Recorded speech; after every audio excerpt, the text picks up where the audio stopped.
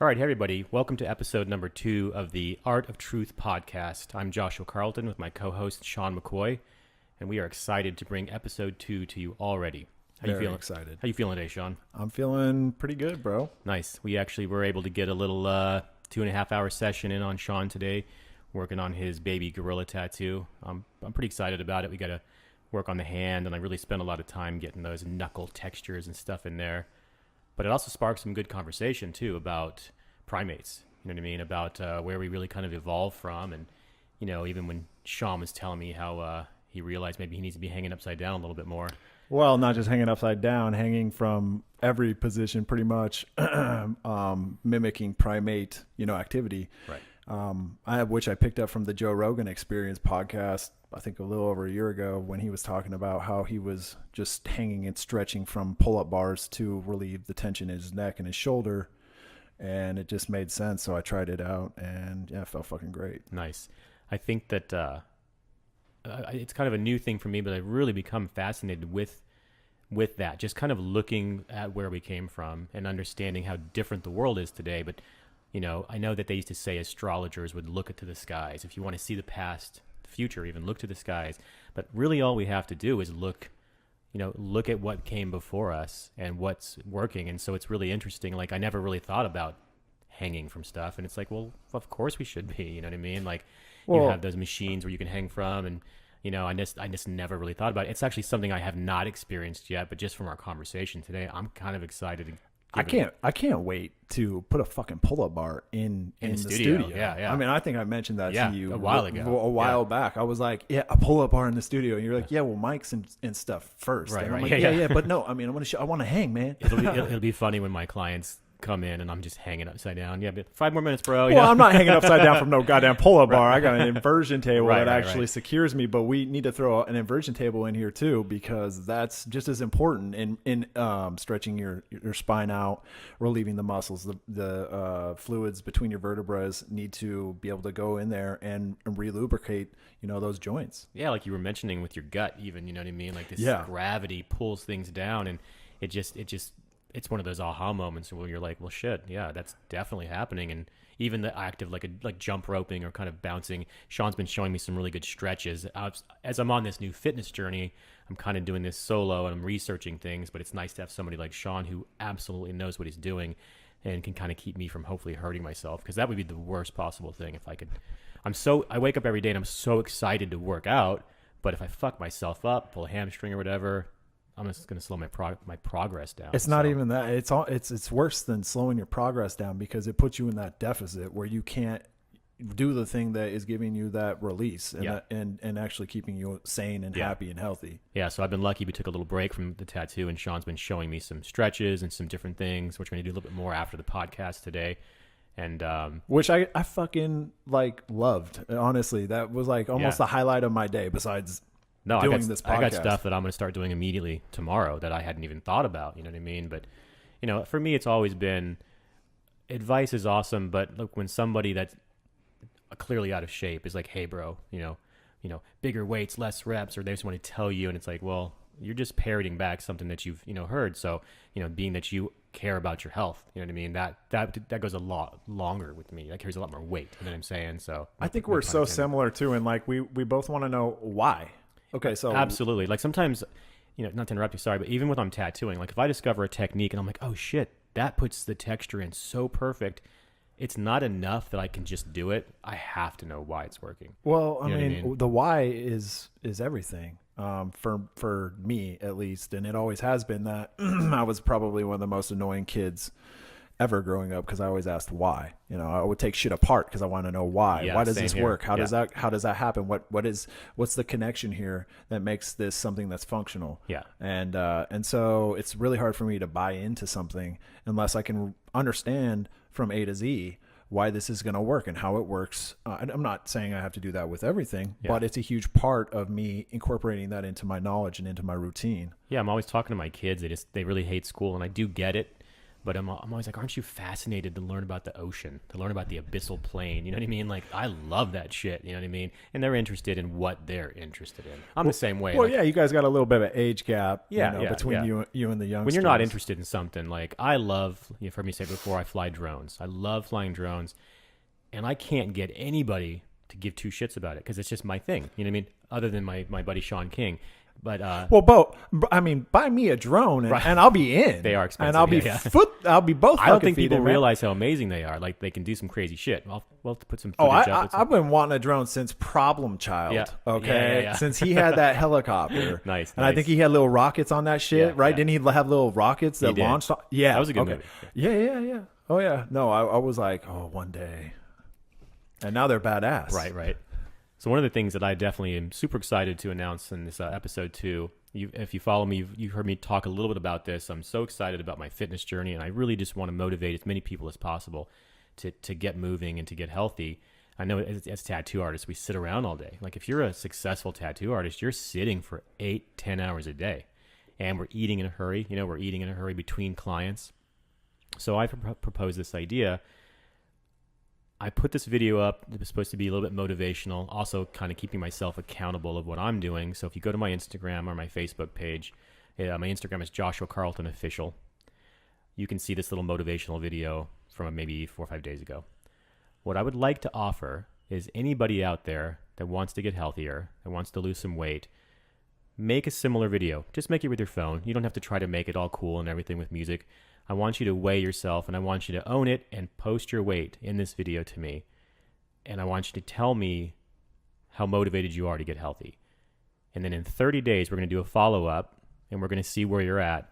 And I'm going to pick somebody that I feel is the most hungry, the most, the one that's going after it the absolute most. And I'm going to give you $1,000 worth of free tattooing.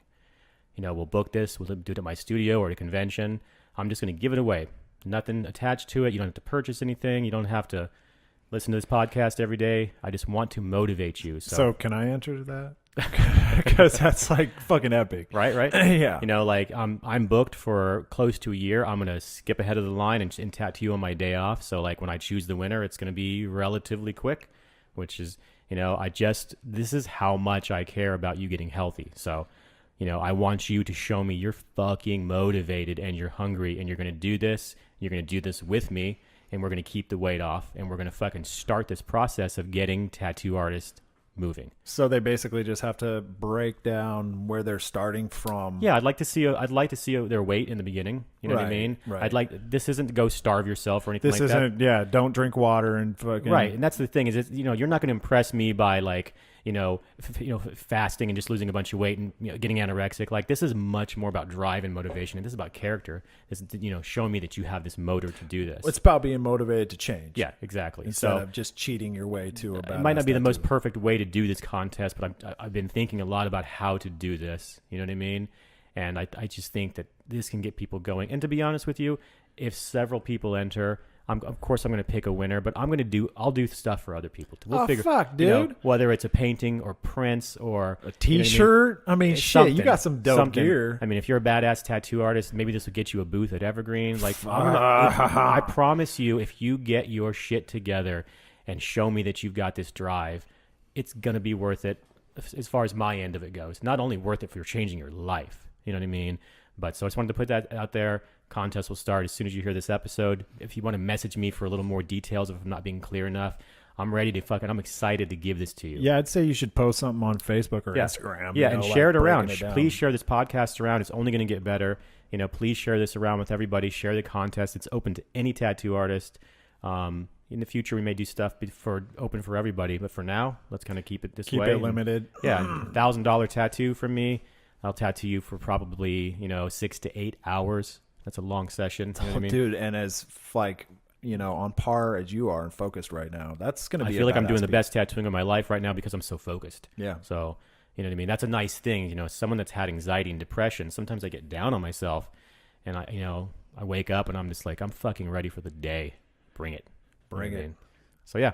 So I hope you guys. I hope a lot of you get going on this. I'm excited to see what you guys got. Well, I want to say, not to just jump on the bandwagon, but you know that you motivated the fuck out of me as soon as I saw you doing what you're doing. Awesome. Which was, I mean, you were like, I'm going to fucking change. And I'm not just going to do this. Okay, I'm going to figure out, start learning about diet. Right. And then I'm going to go look at a gym membership. And like, you fucking jumped in to get real and to get healthy. And you did it right now. And I think that's, for me, what it took. Like, I couldn't half-ass it. I couldn't talk about it. You know what I mean? It was doing for sure. Well, that's just your style. Yeah. I mean, you're not one of those fucking chumps who goes out there and then purports to be like, oh, I'm gonna do this, and then you don't fucking know. Like, you do it, and then you live it, and then it shines through you. Yeah, it's like there's that saying, you know what I mean? Like, talk doesn't mean anything. Action means everything. You know? Yeah. Actually, I know. You know, I had a issue recently with an ex-woman that I was like, your words aren't lining up with your actions. And we can all talk about what we're gonna do.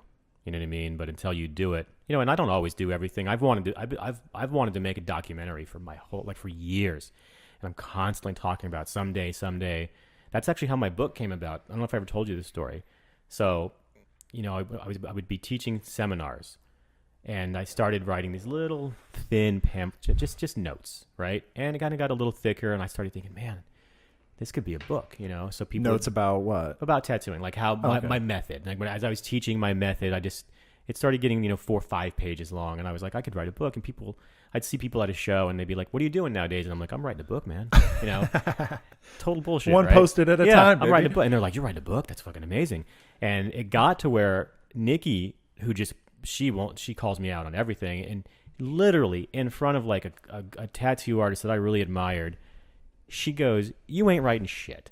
Stop fucking telling people you're writing a goddamn book. You ain't writing shit. And that is all it took. Oh, man. The next day, we had a nice finished attic. I was gone in that attic, fucking writing. In shame. Right, exactly. Yeah, as you should because be. And it was kind of like, motherfucker, I will show you know what I mean? But she's like, you ain't writing shit. Stop telling people. Goddamn, I love you, Nikki. And she called me out, and it's the best thing that ever happened, because the book, as far as I know, look on Amazon, but I'm pretty sure it's still at least a 4-star. It's been a bestseller.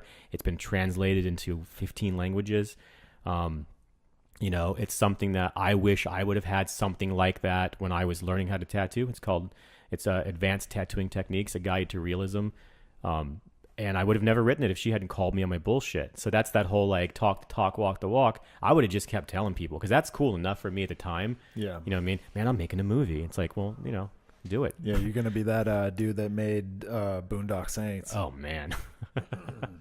Absolutely. The first one was so fucking good, though. So good, bro. Goddamn, and then they went all crazy and shit. I was so excited to see the second one, and I was in the theater, and I was just like, it was that kind of movie where, like, right from the beginning, you were just like, this is going to be fucking a train wreck. It was like, yeah, it was a big kick in my expectation dick. The first one is where I really realized how badass Defoe was, you know? Oh my God, dude. When he smokes that dude, after he gets laid down and the guy's going to like spread his legs, and he pops up and his like cheeks are quivering. Oh, yeah. I'm like, oh, damn. I like it when he had all the makeup on and he's like, too much. Fucking fantastic. So yeah, I just want to say that you've been motivating the fuck out of me, let alone, and I was already motivated, and I know that you're motivating tons of other people. So I can't wait to see what these other artists do, if they do anything. If they do anything. But maybe nothing will happen. But I feel, people write me every day. And that was kind of a byproduct of unexpectedness.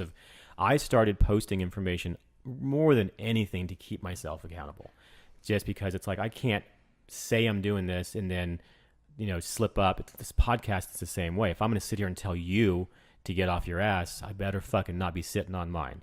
So, but I didn't really realize, like, tattoo artists moms that would happen to follow me. People are like, my hey, mom. You mentioned your mom. I had someone that wrote me, and she's like, I'm 72 years old and I've already lost 8 pounds because you motivated me. You know what that means to me? That's amazing. That's powerful, man. Holy shit. And all that does is make me drive harder. So I got to be honest, I didn't expect or see that coming, but it's really become my drive. You know what I mean? Like, I'm so close to my goal weight that now I'm able to focus on helping other people as well. You know what I mean? So if you're looking for help, if you need some help, reach out, man. Like, I love talking about health. I love talking about, making yourself the best you can be. So if you've been in a rut and you're thinking, oh, I'm not ready for it, but maybe now's the time, I'm here for you, man. I will absolutely listen to you. I'll give you the best advice I can personally give you. Honestly, I'd say keep listening to this podcast. Sean has a lot of really, really intelligent stuff to say. And you know what I mean? Like, support us, spread it around. I think we got something good going here, guys. Let's do this together. And, you know, I'm a fan of podcasts in general. That's why we wanted to do this podcast right off the bat. And it took forever because we both are busy in other things in life. It sounds like an excuse, but life does happen. It does happen. And it finally came together at the perfect time. I mean, we were going to do this podcast before you had any health, scare. Yeah. And so this would have been a fat Josh and skinny Sean. And that might have been the name of the fucking podcast. That would have been a great name, actually. So it's just one of those things that we got inspired to talk and do this thing without even thinking, okay, well, it's going to be interactive or it was because we just like fucking talking. Yeah. And we are so into podcasts. I'm a huge fan of Joe Rogan's podcast, the Joe Rogan Experience. It's changed my life. I'm not a huge fan of everything Joe says. I don't bow down to him in awe, but I think he's awesome for being able to bring people that are knowledgeable in a certain facet or aspect or whatever their expertise is into a forum that's so friendly for them to be able to share things without feeling censored, where they can just be themselves, be open, be truthful, and give you their truth and their knowledge in, a nice intimate session in like 2 to 3 hours. I mean, how fucking... That's a rare thing. And that usually only happens when you meet somebody who's awesome and cool out in real life. Well, you get brought into that with a podcast. It makes you feel almost like you're a part of this conversation or this event or this, amazing sharing of information that you're just fucking tuning into, man. You can listen to it or not, but it's going to be there and you can go back and listen to it again if you want. And I found out so many awesome things, tips, little, huge things. My diet, the fucking intermittent fasting thing. Right. I heard other forms of that, but until I heard it from somebody who was like, well, I'm doing it in this way and this is how my day looks and blah, blah, blah.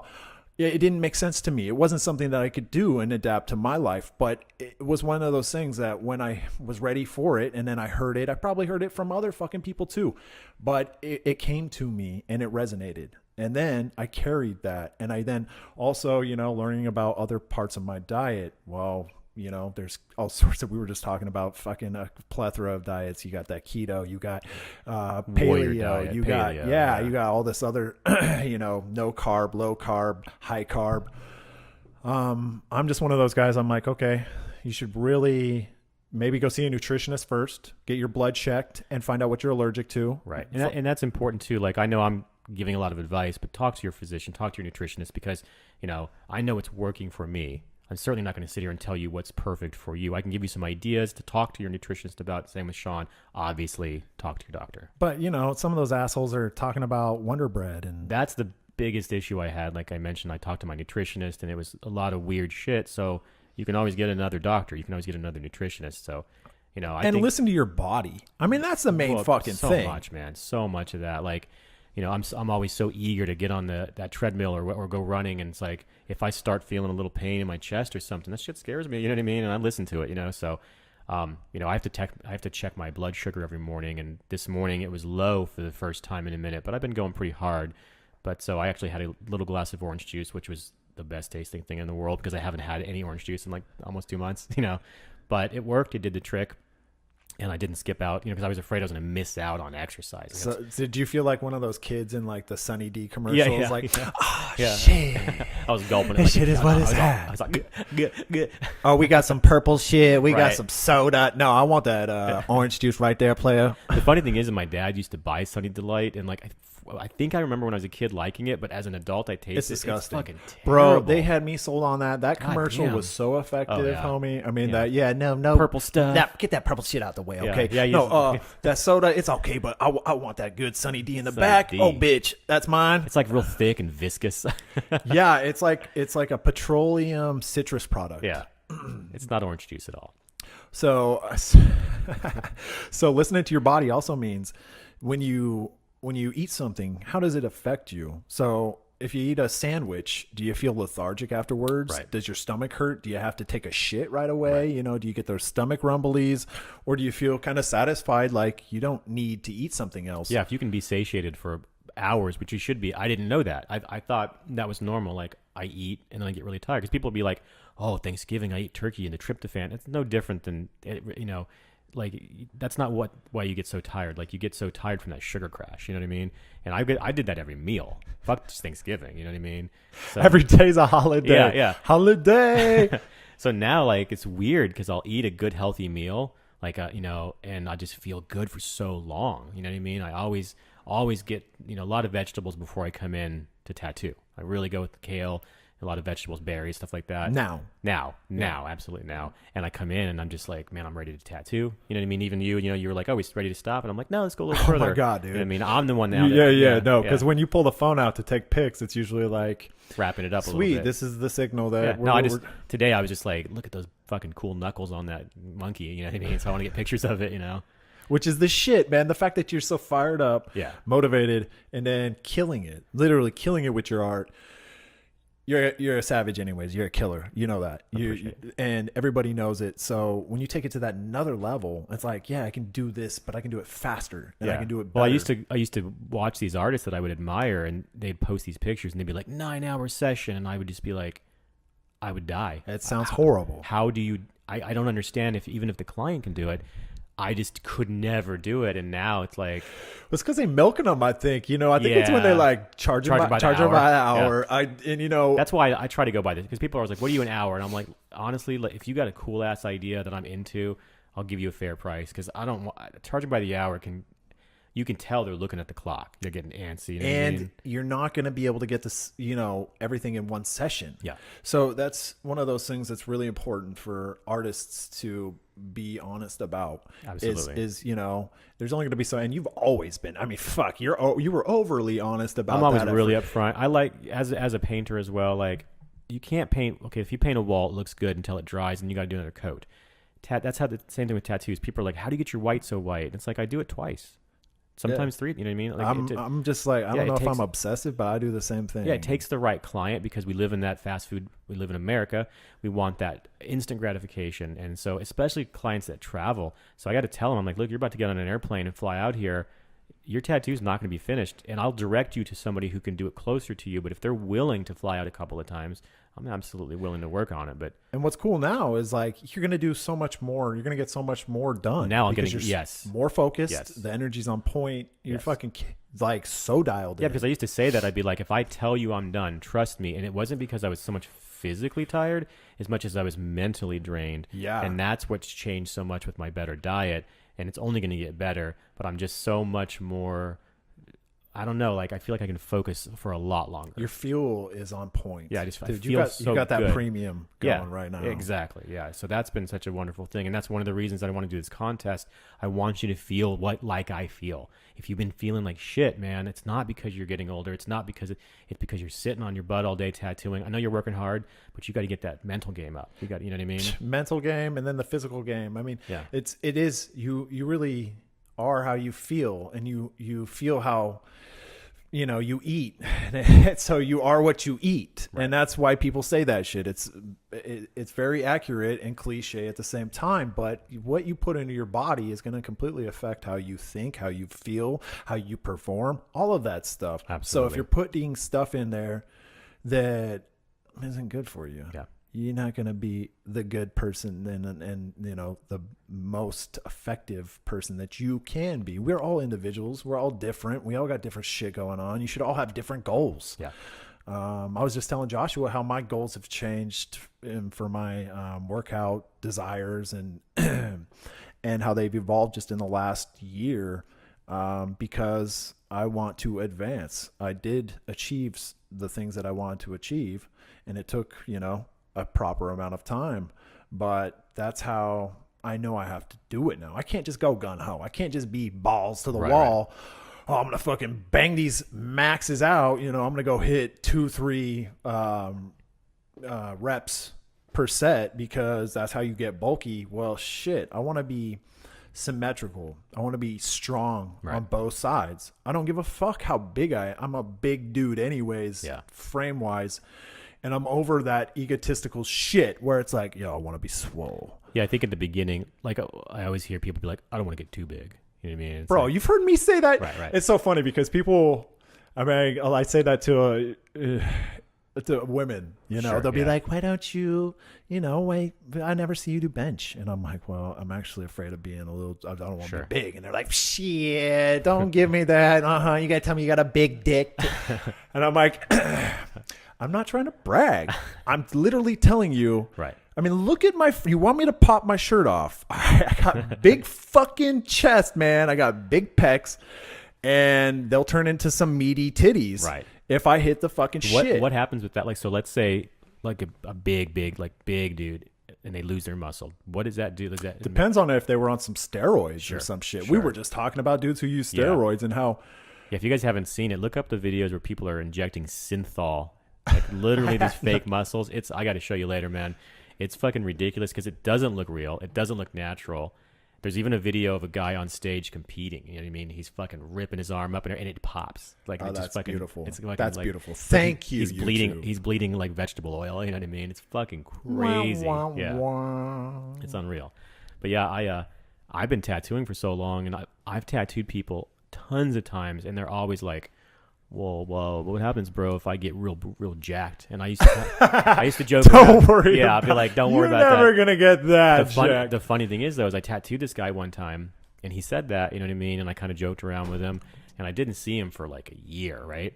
And he came in, and he looked like fucking... He looked like Bane. Oh, shit. He came in looking like Tom Yeah, Hardy. his tattoo looked all little because it was all his arms were so big, and he just fucking did it, man. And he ended up, I tattooed him one more time, and he ended up moving from here to fucking California to pursue a dream in acting and modeling. He looked fucking amazing. Did he? Like, he looked like just a dumpy guy that drove a truck or whatever, came in, and he was just fucking shredded. Well, And I was did you like, well, ask him? I mean, yeah, he said that his girlfriend had left him, you know what I mean? And he just was like, I'm going to work on myself. And so I'm just going to work on me. And he started eating healthy. I think he started with a plant-based diet and exercising. But I mean, it was like literally like, I was like, he's like, I have an appointment. And I'm like, no, you don't. It was funny though, because his tattoo looked so tiny. Because it fit his arm before, you know what I mean? And as he fucking stretched out, I was like, so I guess that's what happens if you get ripped. Yeah. You know, he fucking did it. It was cool. It was cool to see. well, it is cool because, I mean, he's always going to be like, yeah, I mean, it was pretty appropriate size. And then I had to go get that beefcake on. And now it's a little bit smaller. But, that's how it goes. That's that trade-off when you want the guns. Yeah. You know, and those are the fucking...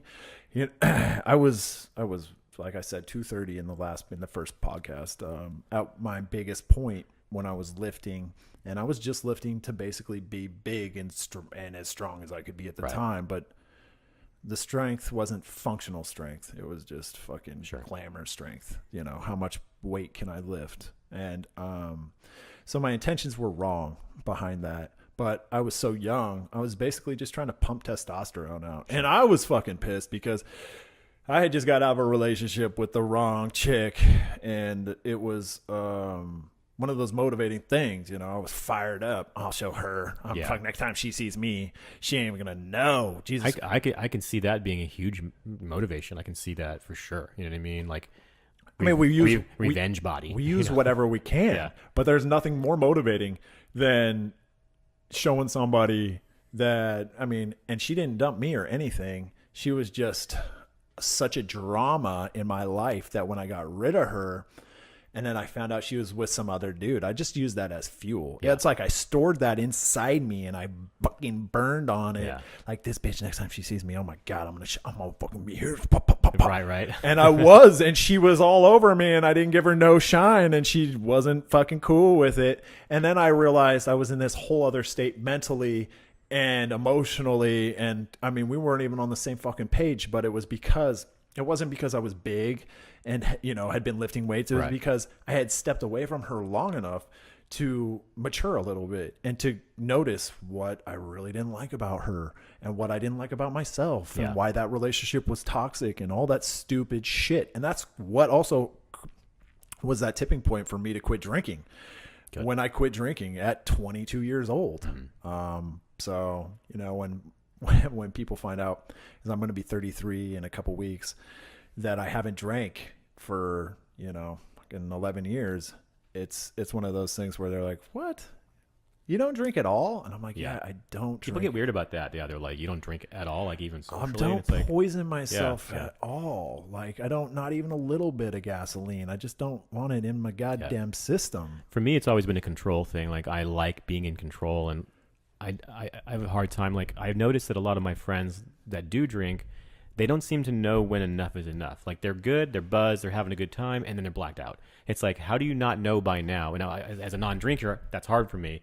But I hear people out there like, somebody must have slipped me something, and it's like, yeah, Yeah, they slipped you another shot. Another fucking because yeah. that's you, because you had your hand up that Yeah. you were in line, Yeah, motherfucker. I've seen people act like, like I've had to take care of people that, and I'm like looking up on my phone like alcohol poisoning and stuff. You know what I mean? It's like, holy Which shit. is legit. I love Yeah. that fucking Nick Swartzen joke where he's Oh, all, yeah. yeah, did you hear about Nick?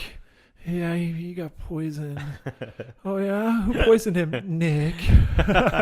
What he poison him? Sea breezes. One of my favorite Nick Swartzen is when he talks about his funeral and he wants to be hung up like a puppet above his fucking funeral and shit, like fucking naked. Oh, dude, God. his cats versus dogs was the shit too. Yeah, love him. But so with the alcohol thing, for me, it was a similar thing. It was the decision making. I didn't get blackout drunk. I wasn't one of those guys who was like, yeah, man, I have a shot, and then I wake up in an alley. I don't know where the fuck my car keys are.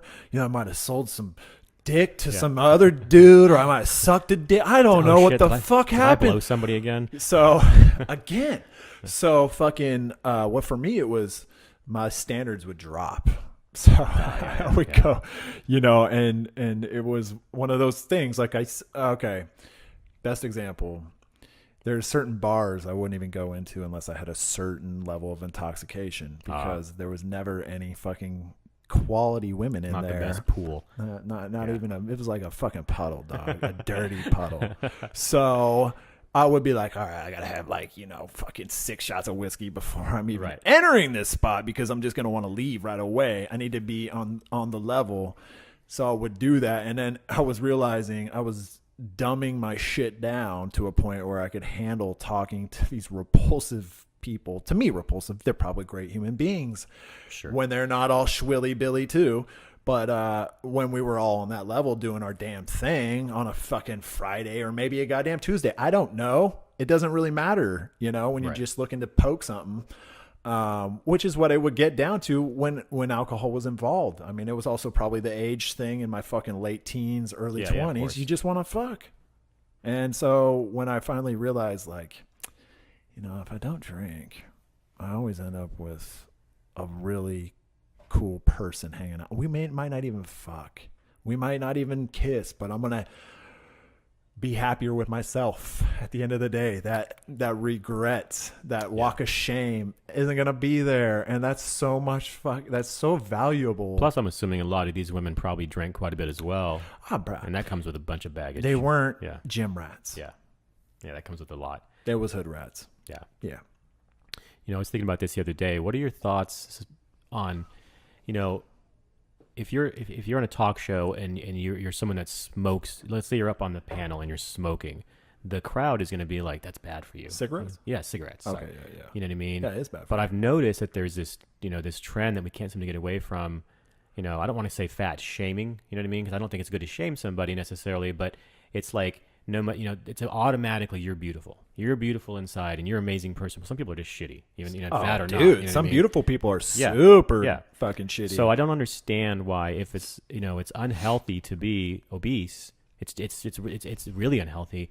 So I wanted to know your thoughts on that. Like, this is a little controversial, and I'm not trying to be a dick about it, because I'm not shaming anybody at all. I was a very fat person. But I was a fat person. But I knew it, and you knew it. I was a fat person. And so I wouldn't want my wife or let's say my doctor. Oh, you're beautiful. You're good. You're good, but you're beautiful inside. I wanted my doctor to be like, you're killing yourself. You know what I mean? Well, you are. Yeah. And that's their job. Exactly. So I mean, I think I don't know if it's just the American culture or the way it is, but I'm interested in why it's okay to say stop drinking, stop smoking, but we can't say let's get your diet together. Well, it's part so of it's shameful. Part to of say it's that. the propaganda. Yeah, and I I don't think that I think in certain circles, I think in the mainstream, you're not supposed to shame anybody for anything. Yeah. That's just American culture. And again, I wouldn't. I think it's about how you approach it. That's that whole thing. It's like you're not wrong, but you're an asshole. Like there's a way to approach it. You know what I mean? So I fucked up with my ex-wife when one time she was wearing something and she said, "Does this make me look fat?" And I said, "Define fat." So we're not married anymore. Well, I don't know. That was It was funny. Yeah, it's funny. I fucking cracked myself up over it. I was about to bust up, dog. Yeah, but the thing is like I just think it's interesting. So I think that body positive is great. You know what I mean? And there's certain levels of, you can be overweight and still be healthy, but let's not pretend. Is this the art of pretending? Is this the art of being of just getting along with society, or is this the art of truth? Is this the art of keeping it real? And that's the whole thing. This is the art of truth, exactly. So if I go into my coworker Sean's room and he's doing a fucked up tattoo, the worst, not that you do that, Sean. I'm just picking out whoever.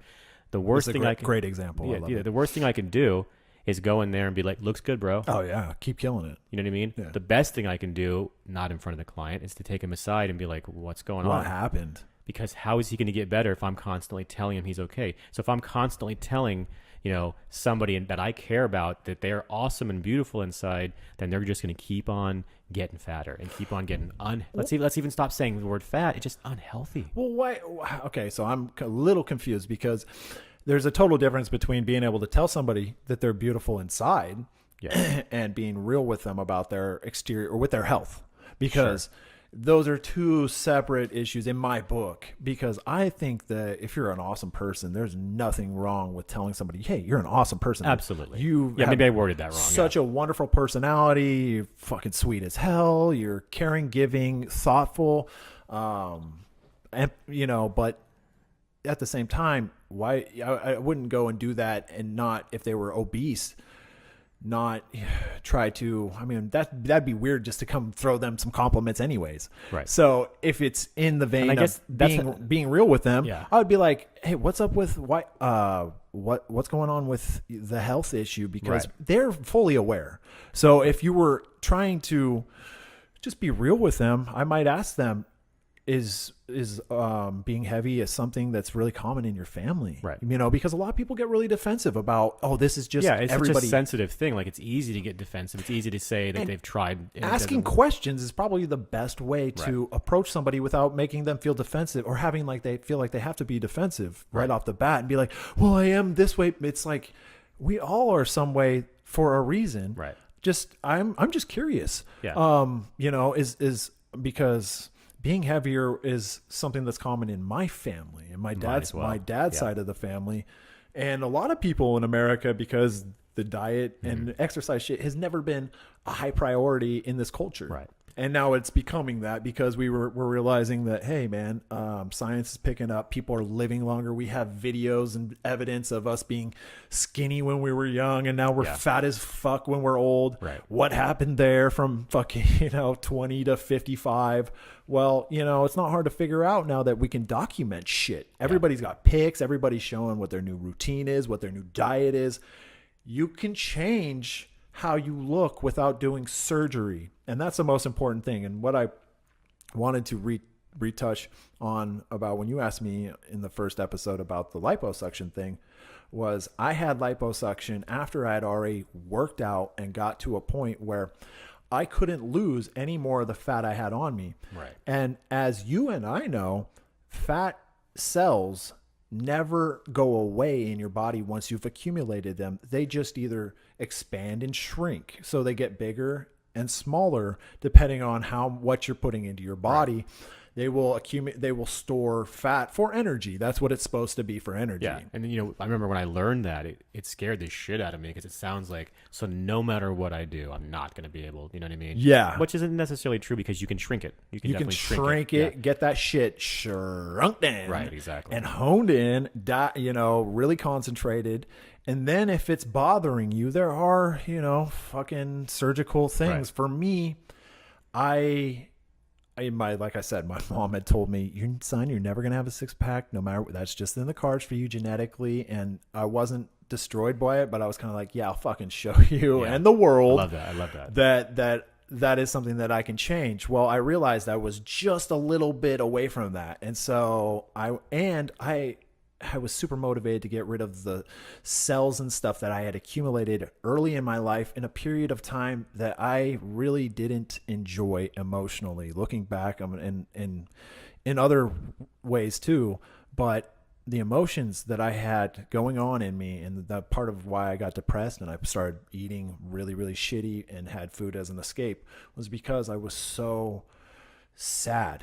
Yeah. And so I had that with me still. Emotional eating. As a 25, 26-year-old, I was still carrying those same cells with me. So I was like, you know what? It's time to get rid of these cells. I'm ready to transition out of all of that shit that I went through as a youngster and be a different adult. Yeah, what a symbolic thing. Like, I want to purge myself from this past. I don't want this shit connected to me. It's like having a fucking tattoo of some dumbass's name that you used to date. It was very similar. Yeah, you know what I mean? You don't want that shit on you. Imagine if it was, all over your body. Yeah. You look in the mirror and it's all you see. So that makes complete sense. And I'm sure your doctor was, like, hey, this is the way to do it. They told me that was the ideal candidate. They were like, yeah, you have less than 10 pounds. I mean, literally, they only took out like 3 pounds from me. Oh, wow.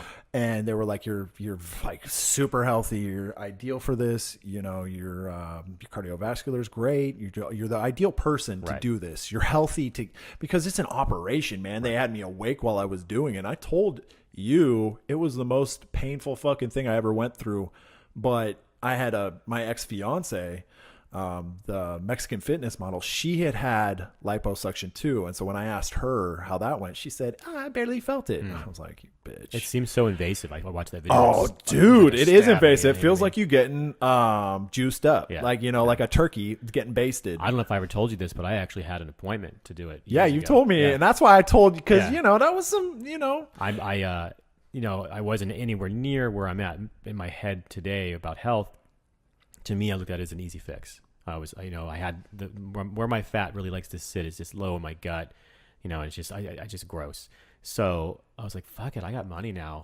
I'll fucking do, I actually went and put a deposit. Yeah. Had them take pictures of me naked, super embarrassing. Yeah. You know what I mean? They had like girl students that day and they were like all these new students in there. I'm fucking sitting there naked looking dumb.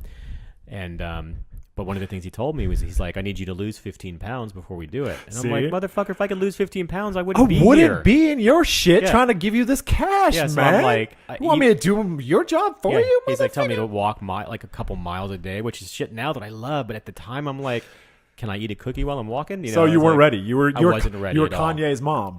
You just weren't ready. Yeah. And you might have been. That might have been the end of you. It was weird, man, because like I walked out of the doctor's office knowing I'd never come back. I knew. I just took $100 or whatever the deposit. It was like $300 deposit, and I might as well throw it in the trash. Those are the worst, most expensive glamour shots I've ever taken in my life. Yeah.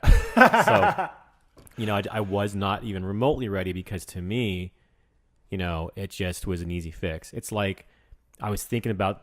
I was told I was pre-diabetic years ago, and my brain just went, at least I'm not diabetic. How fucked up is that? Like, that's how I thought. Like, instead of that scaring me and getting into shape years ago, I was like, whew, made it. Not me. You know what I mean? So, yeah, it's pretty crazy. Speaking of diabetes, though, I found some good news out yesterday. They actually make, you heard me talk about the A1C test, which is your diabetic level. Well, they make those. You can go buy them at Walgreens and test yourself at home. So if you are worried about it and don't have the money for a doctor's visit or something like that, they're about $45. Oh, shit. And you can actually go right now, go to Walgreens. It's an A1C home test kit, just a little prick of blood, like, no big deal.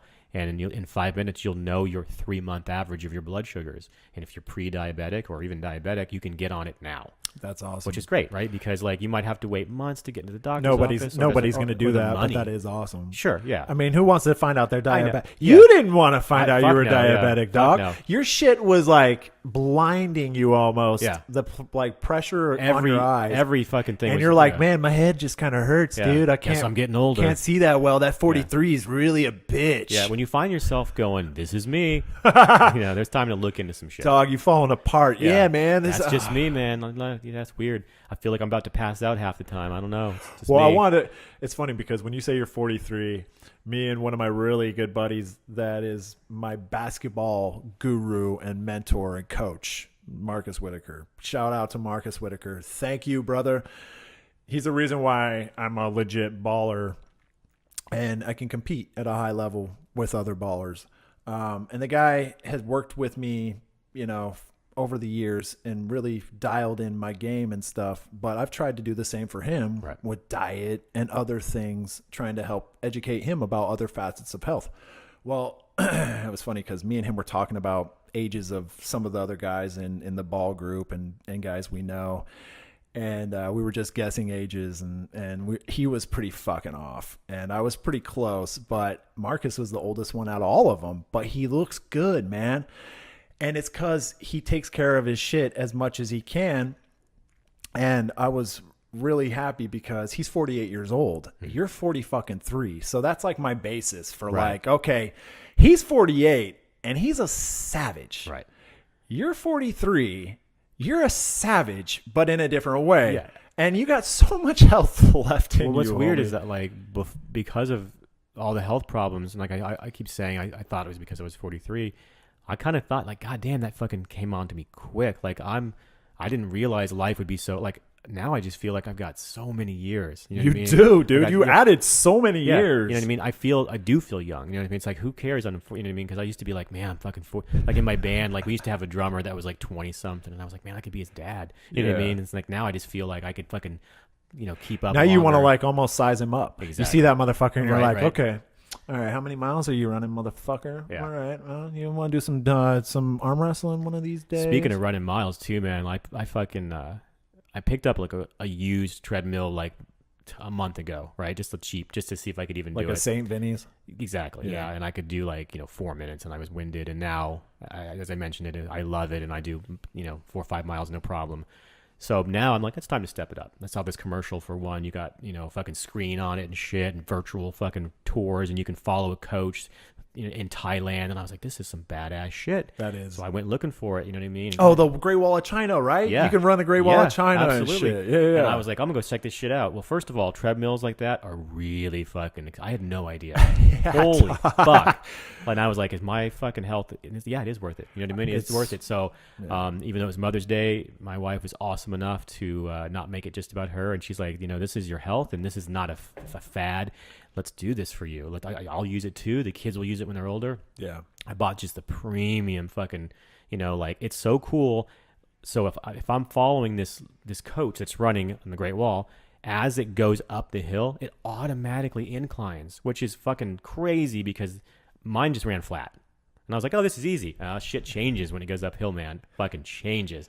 And if they run faster, you're right. They're like, we're going to speed it up. It automatically makes you run faster. Like all you can do is jump off that bitch if you don't want to do it. Right. So you on for the ride? Yeah. So like where I used to go, 30 minutes before I even started breaking a sweat just because it was flat and I was going my pussy pace or whatever. Yeah. Now, fucking yesterday, 17 minutes in and I'm just fucking sweating and my fucking heart rate's up. But afterwards I felt amazing.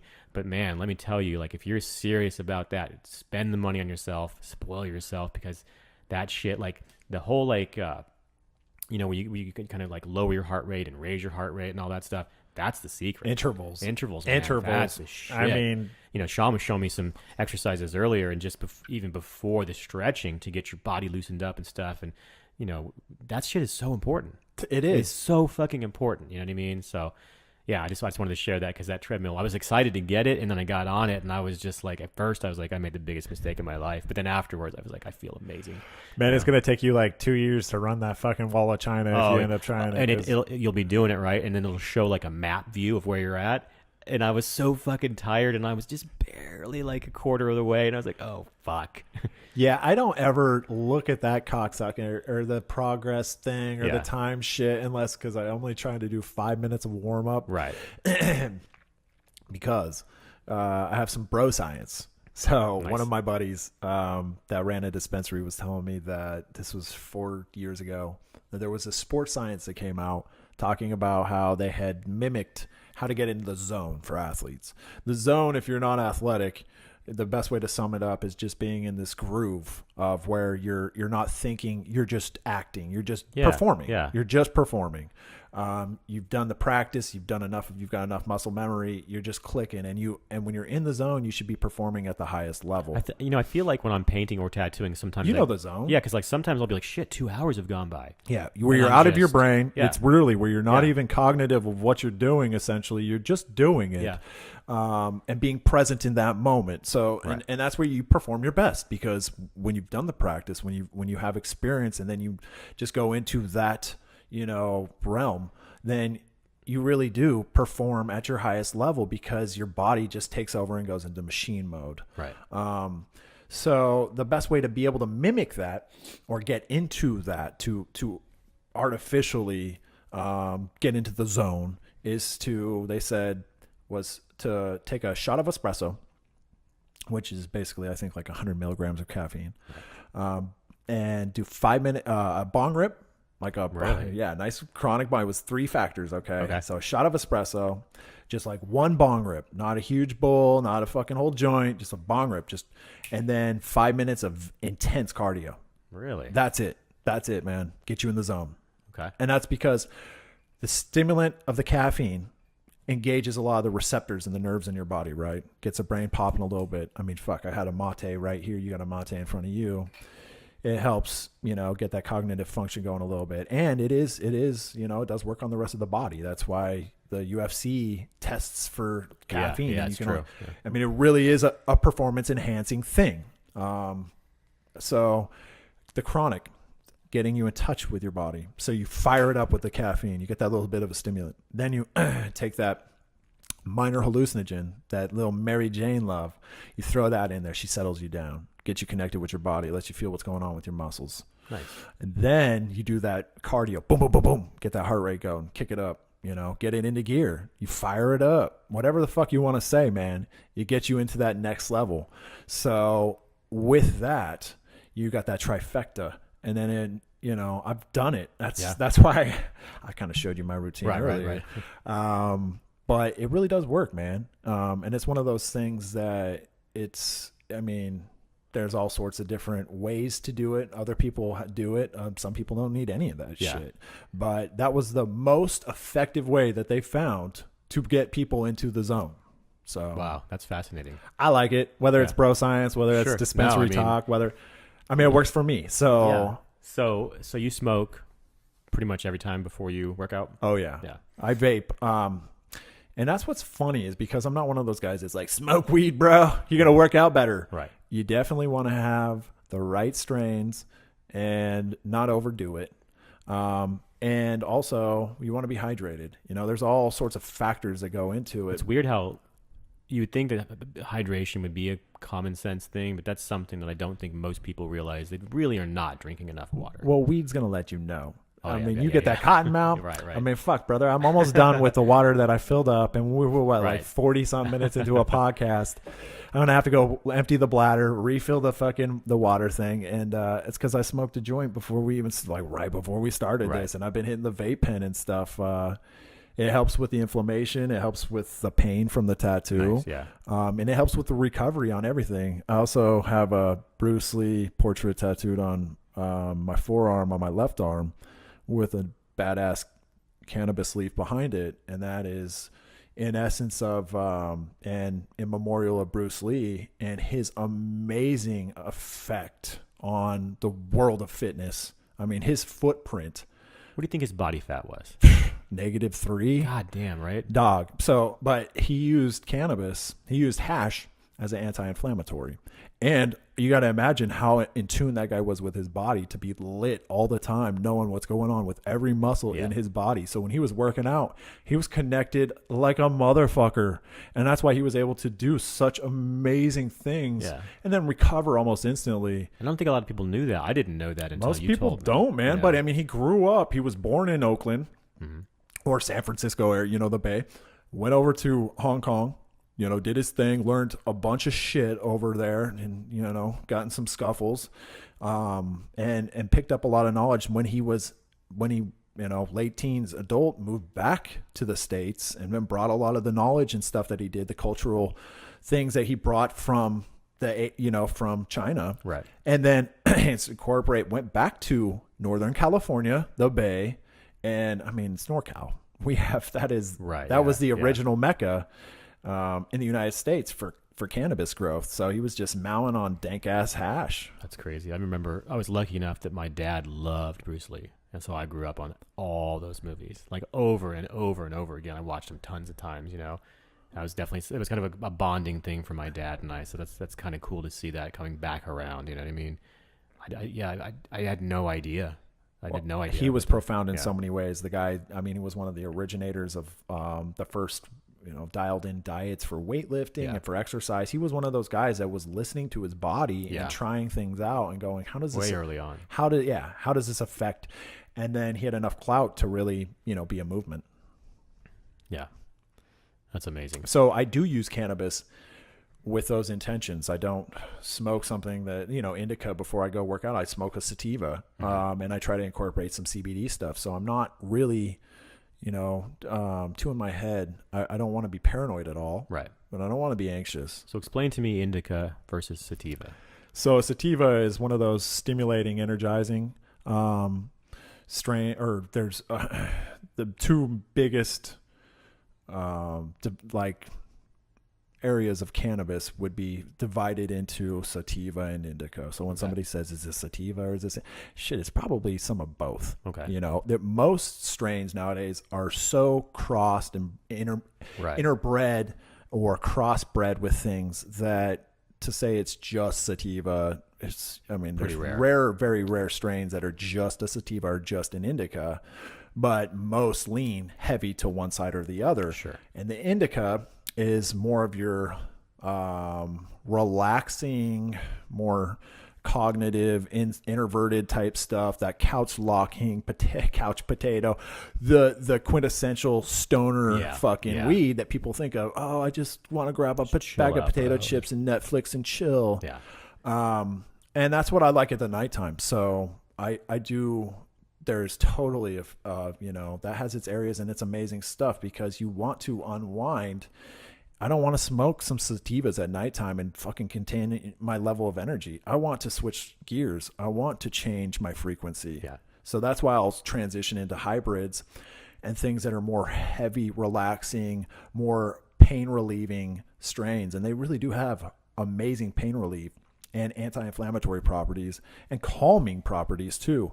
Because I don't drink, man. I mean, I got to do something. My brain's fucking firing all the goddamn time. Yeah, you were mentioning last night you were just kind of on. 2 nights ago, man. Yeah. I had to fucking watch some Seinfeld and just try to unwind and shit. I'm like so pumped up about the first episode of the podcast. I mean, this has been years in the making for us. And I mean, we didn't know we were going to do a podcast until this last year, and I didn't know I was going to be a part of it. Really, we actually didn't know we were going to do the first one until about 4 hours before that. Because I asked you. I was so pumped, bro. It was the right day. We were like, this is the day. Yeah, we'll podcast today. And then, first off, you asked me not to be a part of the podcast every day, but if I want to be a guest. Right. And of course I want to be a fucking, bro, I want to be the perennial guest. Right. I want to be able to have these conversations with you all the fucking time. I think it started out with like you kind of doing some information because you always have such cool shit going on. But then, I don't know. It just turned into like, you know what? Let's just do this. Well, it just makes sense. I asked you when you were like, well, do you want to be a guest? And I was like, fuck yeah. Right. Don't even ask me that bullshit. Just sign me up. Get me in the fucking loop. Put me on the calendar. I'm going to be there any goddamn time. And then I was like, well, I want to be a part of your podcast so fucking bad that I'll do anything I got to do to just be a part of that and help make it happen. But then, talking to you and everything, it just makes sense because we were talking countless times. We've hung out and been like, man, could you imagine how dope it would have been if we had recorded just what we were talking about? I mean, we would have probably fucking alienated a whole group of people, but there would be a nice other group of people who would be fucking on point with what we were vibing on. Right. People think differently. I'm sure there'll be people that will listen to this and think we're fucking idiots. That's cool, but man. You ain't on our level, man. And I'm not on your level, exactly. and that's fine. Yeah. Don't listen. Yeah. I'll point you into some other podcasts that you might like. Nah, dude. We ain't got to point you nowhere. Yeah, right. There ain't no pointing of nothing unless it's a middle finger because you're trying to point that at me. Right. But I'm not even really trying to reflect that at you because I don't want to waste my energy. Right. I just want to motivate people. You know what I mean? I want to motivate people, motivate myself. I'm definitely interested in learning. You know what I mean? I want to educate. I want to learn more every day. You know what I mean? Like, get better every day. A better you every day. Yeah. You know what I mean? Like that seems so simple, but I don't think that enough of us are working on that or giving ourselves even credit for being the best you can be. Well, and that's why I'm super excited to see if we can't expand this into anything else where, I mean, we got to have a pull-up bar in here. Right. I want to be able to go, all right, Joshua, we doing these hanging stretches for first. Then I'm going to show you another stretch. We're going to do some planks. And we're going to warm up, and then we're going to do a podcast. I've done a little bit of planks, and that shit is fucking rugged. Brutal. So, but it's working. You know what I mean? Like, God damn, this fucking hurts. Oh, dude. And you get that shake right, going. Yeah. I don't even count. So that's the funny thing is I'll count only because I'm competing with myself. You got to count. I want to you're a rookie. Right. You got to fucking have a base level, man. Completely, yeah. So, but going back to marijuana, are there, and forgive my ignorance on this, like, are there new strains coming out? Like, is that something? Is that still just evolving? It's unbelievable. Yeah. I mean, I saw 10 amazing phenotypes, and that's strains for people who are in the industry. That's what when we say phenotypes.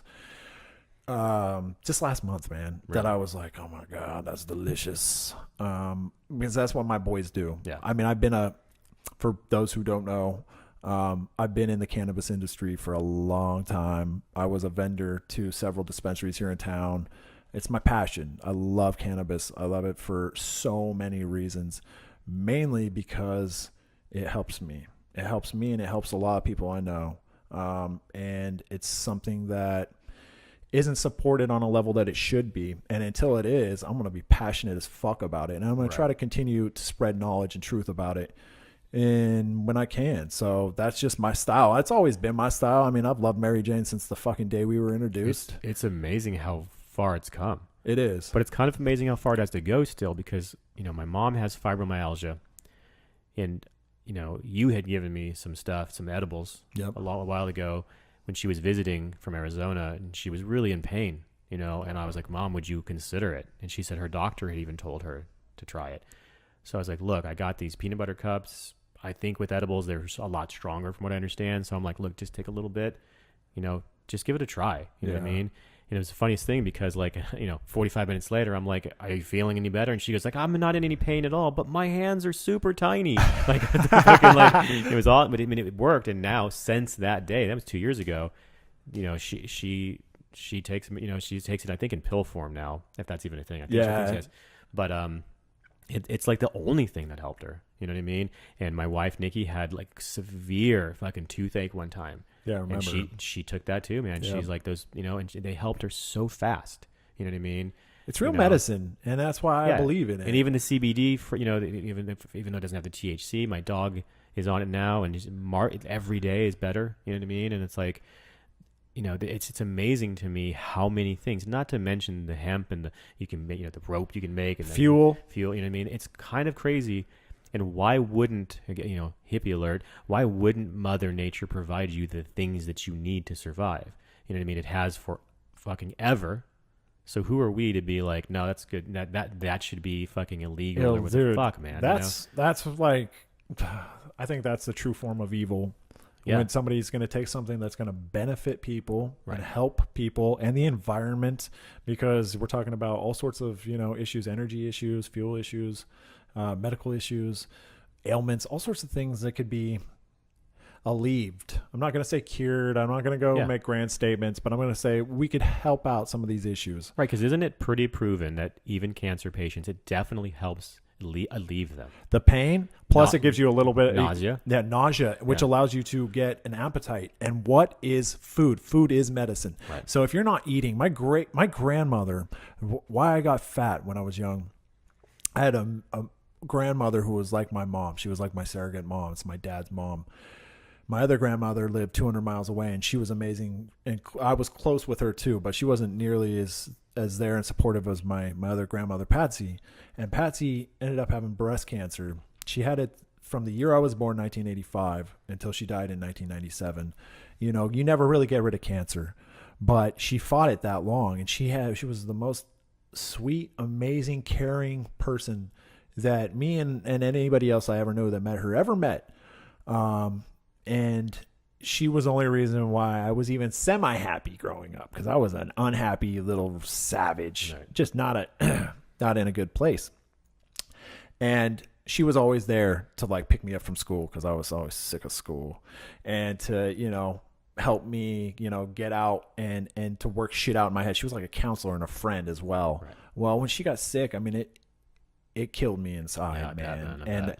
we were so close. So I watched her degrade for a year in the hospitals and stuff. And then my parents' relationship was so strained by that, because my dad was always an alcoholic when I was growing up, and he just drank more and more because it was his mom, and his dad was a piece of shit alcoholic, and you know, he ended up kicking his dad out of the house when my dad was still a teenager living at home, because abuse going on at the crib, and he said, "Get the fuck out of here, you're not going to hurt my mom," which was my grandma at the time. And so my dad wasn't ready to lose his mom. I wasn't ready to lose my grandma. We all dealt with it wrong ways. I ate food and shit. You know, I wasn't a happy kid, but I think cannabis would have helped her so much. They had her on chemo for over a year. It was like a year and a half. And she just, you know, as much as her immune system was trying to fight that shit, she couldn't fucking keep nutrition in her body. She was like, you know, it's just one of those things. Like we were talking about, saliva is 70% at least of your digestion. So when you're eating something, when you're appetized, your saliva bonds to it, and then it goes into your digestive tract, and that kicks in enzymes and everything that creates the whole digestive process. Right. That's why you break shit down. It has to get that indicator in your mouth, the saliva, to tell, yeah, this is something we actually going to digest and break down and store as fuel. So she didn't have that. She wasn't hungry at all. And that's where so many of these cancer patients wither and die, because they don't get the strength to fight. And their immune system gets weaker and weaker, is because they're just not getting nutrition, man. Yeah. And I think that's one of the main things, is just being able to tell your body, you know, yeah, I feel you got a bunch of shit going on. I'm going to throw some really good healthy medicine at you to fucking buffer that, to deal with the nausea. And it actually kicks in chemicals in your brain that tells you to start, you know, developing your appetite. And that's why a lot of people go, well, I just get the munchies. Yeah. I just get the munchies. I don't even get, well, that might just be the weed that you're smoking. Right. And that might just be that you're a lazy fucking dude or whatever. If you aren't a motivated person in the first fucking place, then something that it doesn't always give you the pop, pop, pop isn't going to probably give you a pop, pop, pop. But, you know, if you know that and you have the right mental fucking state, you can just completely combat it or adjust to it and then go do your shit, man. That's where so many people ask me, how do you stop eating? How do you intermittent fast? Yeah. You smoke so much weed. Do you stop smoking weed after dinner? No, I smoke more weed. Right. I take some more edibles. That's like the last thing I actually eat, is a little bit of some THC oil and some CBD oil. And then I smoke more, and then I smoke more, and I vape more, and then I go to bed. And it's because, you know, I'm just disciplined. And like you were talking about that hunger threshold, you never really get a certain level of hungry when you're fasting. Yeah. It's always the same. Yeah. It's really interesting. So my pains aren't that, but for people who focus mentally on how hungry they are, that's where it's actual like psychosis. It's a cognitive thing that puts you into once that. your brain goes there. Because like for me, I'll be in a fasted state. If you listen to the previous podcast, I will do intermittent fasting, usually 16 hours. I've been experimenting with it a little bit more, but once I'm done with the fast and it's actually I'm going to eat, once I realize that that's about to happen, then I'm crazy hungry. Yeah. I was fine for 16 hours, right? Yeah. But now that I know that, you know, switched it in your head and you went, it's okay to start getting hungry. Yeah. Oh, fuck, man, we hungry, bruh. And then everything tastes amazing. You know what I mean? But so those enzymes are kicking in. That fucking, that gland in your brain that is triggered by cannabis, by THC. Yeah. Sorry, not just by cannabis, but by THC, the THC molecule. That's why you will get hungry.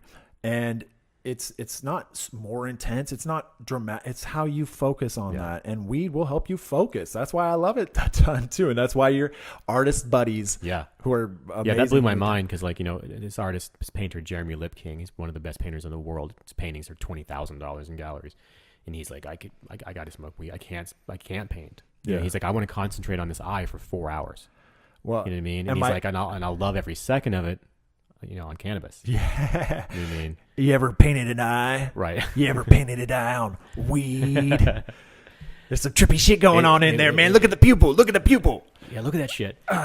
So what is it then? I mean, I know there's so much deeper than this, but did it start with the war on drugs? Yeah, man. Is that what really? No, the cannabis thing. Is that what you mean? Yeah. Okay, the cannabis prohibition started with Harry Anslinger and William Randolph Hearst. The Hearst Corporation had a monopoly on the timber production and paper production for their media mogul. I mean, they owned over 70% of the publication in the 1920s and in the 30s when they decided to make marijuana illegal, which wasn't even a fucking word. It's a word that they created to demonize cannabis. Really? Yes, marijuana wasn't even a fucking word. It was something that they Mexicans had. It was similar to what they called it, but it was like a slang word for cannabis, and they were trying to lump it in and make it so it wasn't cannabis. It's not cannabis. It's not that hemp, natural thing. It's this demon drug. Right. It's this crazy moto. Yeah. It's that poco loco. I remember that, Reefer Madness. And Reefer Madness. That was made by Harry Anslinger and by that was the propaganda machine. That was the propaganda. I mean, wasn't it? So, it was like, fucking psychosis. No, you'll one kill hit people, and right? you will go insane. Yeah, murdering people. You're gonna pop your brain, bro. God damn. And so I had a Reefer Madness poster in fucking middle school, man. And so I love it when people say marijuana is a gateway drug, and by people I mean dare cops. Yeah. You assholes. Yeah. If you're a dare cop, shame on you, motherfuckers. Right. Keep it real. Keep it fucking real. The real gateway drug, sugar. The other gateway drug, alcohol. I never banged a nasty chick on chronic. Right. All right. I had to be balls deep in a bottle of whiskey and other shit to really want to get down and dirty and not give a fuck. Okay. Well, like you never hear about man on marijuana did anything but fucking chill. But chill. Yeah. And be scared of being on the news. Yeah. Oh shit, I'm on the news. Yeah. That's not good. Fuck that shit. Yeah. Yeah. So it was that, and you know why? So it was because hemp was poised to take over the paper production. So it's all money based, man. Follow the fucking dollars. Always. The decorder. I mean, Rogan talked about it like crazy and has for years. And that's, and he's done documentaries on that shit. And I mean, it's out there. If you think we're lying, check it out. That's what's so great. We have all of the information in our pockets. Yeah, dude. You know what I mean? Pull your phone out. Well, I got that shit in my dome. Right. Well, now you do. Yeah. I'm a veteran, yeah, in that war on drugs. Yeah. It's some bullshit. And it sucks that we have to fight for our spirits and our minds, but we do. And it's, we're so blessed to live here. When I met you, I was like, hey man, you smoke weed? Right. And you were like, I don't, but I'm kind of do because I moved out here.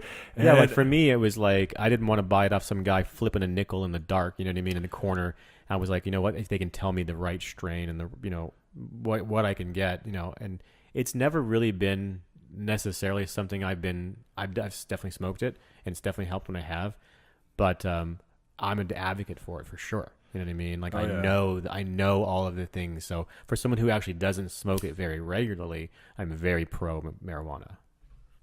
Yeah, I mean, I picked up that from you. Yeah. I tried to. I use the oil. I'll use stuff like for my wrists. You know what I mean? I'll use stuff like that.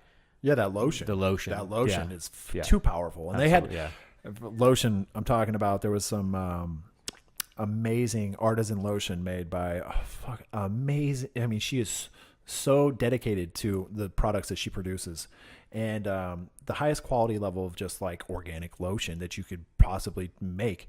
Then she infused it with the best premium cannabis, quality cannabis that she could get. Right. So it was just high quality fucking medication. Sorry, I'm taking a nice hit off the joint. Well, that medication was too powerful. Right. Like over 12 times too powerful. Oh, really? 1,200 milligrams per bottle. And the state of Oregon has it regulated at nothing over 100 milligrams per bottle. So it's about 12 times too effective, brother. Right. Which is like, come the fuck on, man. We trying to like cure shit. Yeah. That's the problem. Right. You're trying to cure shit. We can't cure. Nice hit of treatment right there. We just get to treat it. Right. But this is the best treatment there is, and it's pretty much a cure. So that's why you'll see such a fucking opposition to it federally. That's why there is such a machine out there trying to say cannabis is not good for you. Right. You need to really be cautious of that stuff because it's gonna make your kids crazy and stuff. It's like, yeah, go fuck yourself with the shit that you're spouting that you have no idea about. Maybe you had some really crazy chronic. Maybe your shit was spiked. I think it's so difficult to change the minds of people who just, when you hear the same thing forever, that's why, even with diet, the whole low fat, all that misinformation, it's so difficult when you've heard that your whole life. You know what I mean? We're brainwashed. You're absolutely brainwashed. And you think you're doing the right thing. You think when someone tells you to eat, eat less, move more, eat a low fat diet, they absolutely think they're giving you good information, and bless their hearts for that. But you've got to get educated, and you've got to get some forward thinking. I love good intentions, but I like it when you have some knowledge behind that. Yeah, you know what I mean. So, and I think that's what really catches people off guard when I talk to them or when you talk to them, because we're all tatted up. Yeah. And we don't necessarily look like we have PhDs. Yeah, who's this guy with the beard fucking telling me some shit? And who's this tall, skinny, bald dude? Right. Covered in tattoos. Yeah, covered in tattoos, trying to look all good. Well, I'm just trying to get from here to there, from the gym to the store and stuff. But if you want to talk to me in between, I might, share some stuff with you and see what you got to share. I'm super open-minded. I'm super open-minded to that I can be wrong. I can and have been wrong. Like, that's one of the things that makes my relationship with my wife really good. I have no problem admitting that I'm wrong. You know what I mean? She does, however. You know what I mean? Like, I'll bother her about that. I'll be like, can you just admit you were wrong? You know what I mean? She's like, well, I can see your point of view. Well, she's wrong far less than you are. She is. So that's probably... It's pretty funny. But yeah, like, I definitely have no problem, you know what I mean, with admitting that I'm wrong. I just like to, I keep repeating myself, but I just like to learn new information. I'm always reading these new articles, and I'm always very aware of where these articles are coming from. You know what I'm saying? I'm amazed at how many people don't realize that The Onion is like a satire newspaper, and they're like, "Did you hear what they're doing?" It's like that's not real. I don't even know. Yeah, I barely know about that, and I think it's from what is that IFC channel or something, because they had the show on there, and I was like, okay. People will believe anything if it's in print. It's like if they took the time to put it in print, it must be true. Yeah, it's just not the case. When the dudes who own the print aren't exactly on the level. Exactly. So that's the story behind the Reefer Madness scene, and it is evil. And the same thing goes on with hallucinogens. They say that. I was just talking to a guy today at Ball when I was getting my stretching on and getting ready to leave about hallucinogens and how shamans say that we should be doing hallucinogens every 3 months. I mean, not hardcore stuff, but at least maybe some mushrooms, right? To kind of reset that spiritual clock. Yeah, everybody that I've ever known or read about that took hallucinogens can't say enough about it. Jim Carrey. Oh, he said he'll spend the rest of his life trying to find that light again. That guy is a microdose. Oh, now he's really a macro dose, dude. He is a macro dose, man. He spread that shit on the fire. He, it's from what I understand, I've not done it. You know what I mean? But from what I understand, it's literally like being reborn. Well, it depends on what you do. Yeah. Ayahuasca. Those the DMT. That's what I was talking about with this cat, because he hadn't even heard of DMT. And when I first started listening to that Joe Rogan Experience, that's all you ever heard on there was, DMT and some float tank. Yeah. And we got the fight going. Hey, now we'll get you some DMT. Or have you ever done DMT? Oh, shit, man. That's that. Well, you used to be able to get it online. Really? I mean, you could just order it right online. Wow. Yeah, 5 a.m. or 5 MAO DMT. So, and that's like the more hardcore, more potent version of it. And what you do is it's a powder that you put on something or in something. Normally you put it on a tiny amount of weed or whatever, and you consume it. You burn it and you take big deep breaths of it until it kicks in, and it doesn't usually take too long to kick the fuck in. And when it kicks in, you're not moving. Yeah. I mean, you can move, but it's one of those overwhelming experiences, and it comes on like It seems that. difficult for somebody to describe what it feels like. That and like Go watch Doctor Strange. Yeah. I mean, it's on Netflix. Netflix Doctor Strange, when that the ancient one, that badass lady touches fucking Benedict right in the middle of the forehead, right on his pineal gland, and shoots him through the the astrosphere and that's inner probably the dimensions. best, That is the best visual depiction of what it's like to really travel from here to there right now. And I love the sacred geometry. That was part of what this kid was asking me about. He was looking at the burning monk. Dude, that's so badass. And thanks, man. My tattoo artist was the guy who came up with that. It was actually a 5-year process of that burning monk, and then the geometry didn't even get added until like the 4th year, and it was because of the symbolism of transitioning from energy planes. And I was like, have you ever seen, he was asking me, or went into the Metatron's cube. I was like, this Metatron's cube is what inspired my guy to, we were talking about it, and the how powerful sacred geometry is and why it's powerful, especially that shit, that one Metatron's cube, and how it encapsulates all the plutonic solids. And if you wanted to build a 3-dimensional grid for some sort of space, for kind of like, our reality, we'll just use that. Sure. Okay, so we're in a 3-dimensional reality here, that we can see and feel. I mean, that's fucking scientific evidence. And the 4th dimension is time, and there's other dimensions on top of that. But these are the 3 that we see, hear, and touch, smell. So if we were to try to build a space like that, we don't know. Okay, so there's atoms all around us, atoms and molecules and all the things that make it up. I'm not trying to. How do you picture another dimension? It's like picturing another color that doesn't exist. Right. So, but what grid does all of this 3-dimensional space? What encapsulates all of it? What's on the micro level? What is really there? Is it just a bunch of little molecules fit tightly together, moving in certain ways? Are they here? Are they moving so fast that we can't see them? Are they moving through inner dimensions? What's going on?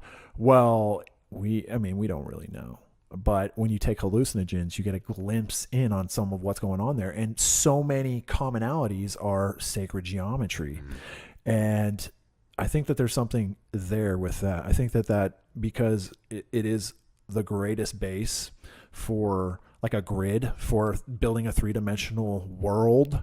If you were to try to do that, to construct something that would be supportive for having 3-dimensional reality going on in there, then a physical, reality, then I think that would be an amazing pattern to start from, because it's infinite. It can expand and shrink onto itself infinitely. So it's just a great universal shape to do something that when you are in construction like I am, you realize that there's things beneath things that support things, a foundation, a structure, a skeleton. We can normally see those things. Just because we can't see something doesn't mean it's not there. Do you think that possibly there are other things existing that we just don't see? 100%, man. And you can a different I think dimension. Totally. Yeah. I mean, I've seen other dimensions, and that's what. Do you think sometimes when people see ghosts that's possibly it could totally be? Could, with ghosts, spirits, demons, forces, energy forces. There are so many different ways to try to describe something or talk about something. Man, I'm open to it all. Yeah. Who knows? I mean, I've seen and felt so many things that I never thought I would see and feel, starting with the first time I ever did mushrooms. And the first time I ever did mushrooms blew my fucking mind. Right. I was only 12 years old. Really? Yeah. They were amazing cabenzis. I still remember how they glittered. Wow. And me and my 2 best friends at the time ended up getting 3/8. So Also 12 years old. Also 12 years old. We were transitioning. We were going from 7th to 8th grade. And, you know, we knew we wanted to take them because I had already been busted for smoking weed. And my parents were pee testing me, or at least threatened me with pee tests. Right. So, and the worst thing about cannabis, the only bad thing is that it sticks in your fucking pee longer than anything else. Oh, okay. That's the worst drawback. Huh. So cannabis or psilocybin, which is what's in mushrooms, and that's the hallucinogenic agent in that, you can't pee test for it, or my parents couldn't, at least. It doesn't show up. So we were like, oh shit, we doing this, son. And we'd also had homies who were older than us, who were the ones who got the mushrooms, who ended up coming from my own brother. Sorry to blow you up, bro, but you know it's true. So my buddies, because my brother's 5 years older than me, so my buddies who are 3 years older than me were taking these mushrooms, having the time of their life. It was during summertime, and they were like, man, these mushrooms are amazing. It was like, oh sweet, can we get some? Yeah, bro. So they hooked us up, taxed me a little bit, but I didn't give a fuck, right? Because we was gonna have a great time. So we ended up popping a little 3-person tent up in my best friend's yard at the time, in his front yard. And we set up our fucking sleeping bags, and we heard that if you drink orange juice, it really intensifies the mushroom experience. I like how you hadn't even taken it yet, but you were ready to make it more powerful. We were so ready for the full experience. Right. And like I said, our other friends had already done the test drives, so they were already well experienced in how effective these were. And just the smiles on their faces, man, and the looks in their eyes when they handed these mushrooms over to us. It was like we got the giddiest, oh shit. We were high before we even took them, just knowing like, oh, this is going to be some cool experience that we never done before. Well, little did I know how crazy that experience would be for me, because by the time I was 12 years old, I had already lived a pretty experienced life, man. Like I said, my grandmother had died. I got busted for selling weed. I had been busted when I was 9 years old for selling illegal fireworks and shit at school. I was always a little entrepreneur. The list goes on, but I was definitely one of those dudes who would go out and test the waters and push boundaries and see what I could get away with and shit, because I wanted to know why. I wanted to see what was up. I want to live in life, and I want to fucking expand. But I had a very controlling, domineering father, first off, who was a religious dude but a total hypocrite and alcoholic. So I rebelled. So anyways, that was a glimpse. So we wanted to have a good night. Me and my 2 best friends. Right. Set it all up. I remember we took the mushrooms like 8 o'clock. It was still a little light out. It's middle of summer. We go, okay. Had dinner, had some pizza and shit, and then fucking go outside. Did you just eat them? No, we went into the tent, and we had a fucking jug of orange juice and maybe some vitamin C pills. I can't remember. But I remember we had orange juice, and that was the vitamin C was the big deal. And we bought, all 3 of us, just like, I remember first eating the mushrooms and it tasted disgusting. Yeah. And I was like, this is what they're like? Oh, this is bad. Good thing we got the on orange pizza. Juice, bro. No, fuck that, dude. We didn't want to taint the pizza with mushrooms. Let's just horse these things down. So that was my first, okay. It really felt like doing a drug, man, because it wasn't enjoyable from the start.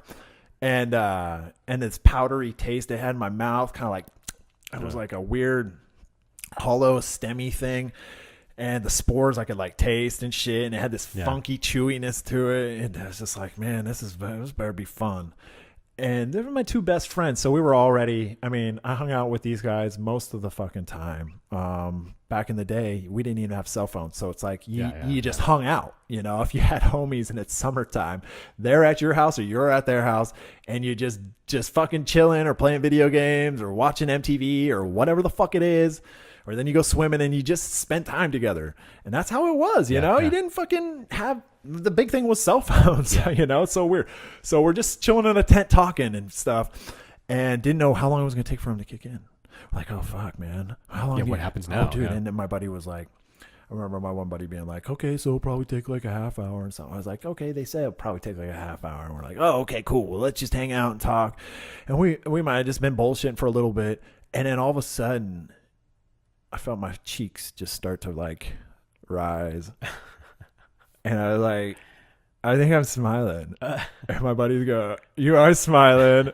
I think I'm feel like I'm smiling. And I was like, am I smiling? and we were all like, it was just getting dark because it was just in the tent. In your it front just, yard. it hits like 9:00.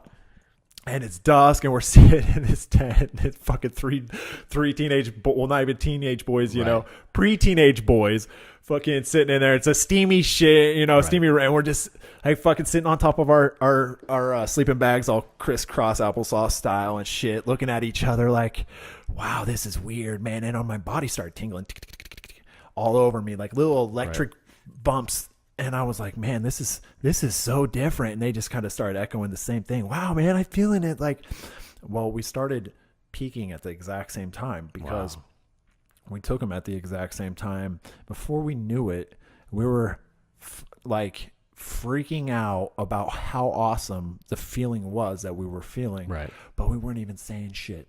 Oh, wow. Like one word would come out of my mouth and another word would come out of my buddy's mouth. And then my buddy would complete the sentence. Oh, my gosh. And we had no concept of time. Sure. But we were reading each other's thoughts. And it was because we were so... It's in sync. Yeah, we were so in sync as friends and stuff that and my buddy goes, you just read my thoughts. And I go, yeah, and you said this. And my buddy goes, and I fucking said this. And we were all on the same page, man. Wow. So when they talk about telepathy, I know it's real. I've actually experienced levels of that. I'm not talking about being able to read every single one of your thoughts, but being in sync with somebody on that level where you get in tune to some other fucking frequency and you really are receptive to that shit. Right. It's really there. And they have been able to scientifically prove that with ayahuasca and telepathy. But yeah, I mean, it's amazing. And that's the power of the human brain. Yeah. So it's amazing to think about how many things are untapped into, you know what I mean? I mean, I know there's that saying, it's like, you know, we only use 10% of our brain. And it's like, well, if we used 100% of our brain, that's called a fucking seizure. You know what I mean? So yeah, I think I think they're saying it wrong. You know what I mean? We're using the right parts of our brain for the right things, but there's things that we are not tapped into, which ayahuasca would definitely. Yeah. And I think maybe that's why hallucinogens are illegal because they open up pathways and they send blood flow to parts of the brain that get you thinking outside the box. It's comforting for me to know, or at least to think, if I go outside tonight and get shot, that hopefully some DMT will kick in, and that's what I'm going to feel. Hopefully they don't shoot you in your pineal gland. Yeah, dude. But you know, it's, you know, when you hear this light at the end of the tunnel and stuff like that, I'm wondering how much of that is the release of DMT. And then there's also that philosophy that the light at the end of the tunnel might actually just be your first memory of being born. And coming through that birth canal. Yeah, absolutely. And that makes sense too, because I've had experiences where shit does flash through you. And I can remember stuff from way little. I don't remember that. Yeah. But it makes sense because you were aware. That was your first real perception awareness. Yeah, it's weird. Like when you have these memories, like I remember being like 4 or 5 years old, and my older sister took me to a park that was maybe a block from our house, and I was playing in a sandbox. And I remember it because I put my hands in a sandbox to dig, and there was a broken bottle in there, and I just cut my fingers up really bad. Oh, man. And so my sister freaked out, and she was running me home, and I was bleeding everywhere. My parents freaked out, you know what I mean? But I remember that, but I certainly don't remember the day before. Or you know, and I also remember, like, that seems, okay, that makes sense. You would remember that. You were bleeding. But I'll have these random memories of, like, watching cartoons and eating cereal. But, like, why that day? You know what I mean? Right. It's so interesting to think about. And I've moved around my whole life. I've lived everywhere. So I'll have these memories. I have no idea where I was at, what state I was in. You know what I mean? Super interesting to think about that stuff. Memories are such a trip. Yeah. But, you know, and they say that the strongest link to memory is smell. So absolutely, that you smell something and it could take you back. The first girl I ever kissed, she wore Carmex, the little, you know, and like 20 years later, somebody had just bought Carmex, and I immediately was like, holy shit. Just took you there. Immediately. Oh, yeah. You know what I mean? What do you think of, is salvia similar to DMT? I mean, salvia is another, it's more like DMT. Well, yeah, it is. But everybody I know that's taken salvia said that you take it once and you'll never do it again. Yeah, it's not. You're gone, right? You're just. My brother had a fucking crazy experience with salvia, so I never did it because it wasn't. He scared me with it. Yeah, Sean King as well. He said he did it once. He said that he heard all this shit, and he was like, you know, he smoked a lot of pot, and he was like, that ain't shit. Give me that. And he said he took a big hit and nothing happened. And he took another big hit. Yeah. And then he said he just saw colors and like felt like he was inside of a fucking matchbox or something. You know what I mean? Just absolutely. Well, that actually does kind of sound like DMT a little bit, but nothing like the raw experience. Yeah. And for all of that stuff, you better have your intentions right. Yeah. This one cat I was talking to today, he goes, "Shit, man, that's like, I don't know if I'd be down for some DMT because that's not." I was like, well, yeah. I mean, you don't want to just do it before you go to the grocery store, dude. Right, or because your homie's like, "Hey, bro, you want to burn up some DMT?" Right. Like, nah, dude. Yeah, I don't want to jump into the DMT circle because that's what y'all are fired Seems up like it'd be now. good to like go out in the desert and like with some friends at the right time of year. When you're in the right state of mind. Exactly. And like emotionally. plan it out. You know what I mean? It's something that I will probably try DMT at some point. I've actually talked to my wife about it, and she's interested as well. Yeah, it's going to have to be the right time. You know what I mean? Which it should be. Yeah, I'm interested. I'm just super interested in that. I mean, it sounds incredibly powerful, which sounds scary. You know what I mean? But man, like I don't know. It is powerful, yeah. but it's nice to know what's out there. Yeah, and that's one of those things that it's a tool to go, hey, there's some stuff that you're not perceiving. Yeah. If you want to check it out real quick, because that's what's cool about DMT. When you smoke it like that, ayahuasca is a completely different beast. Okay. And that's a journey. Yeah. So when you imbibe it, drink it with the inhibitors and everything, you better be with a shaman. You better have your fucking guide on point. Right. And he better not be a chuckle face. Because you want to fucking have somebody with some proper support and strength there to go, this is why you're at this level, and then we're going to go to this level, and I've got your back, and I've got your front, and we're in this together, right? And it's proper, it's appropriate, and have all of your desires and intentions in mind, so they get you to the place that you want to go.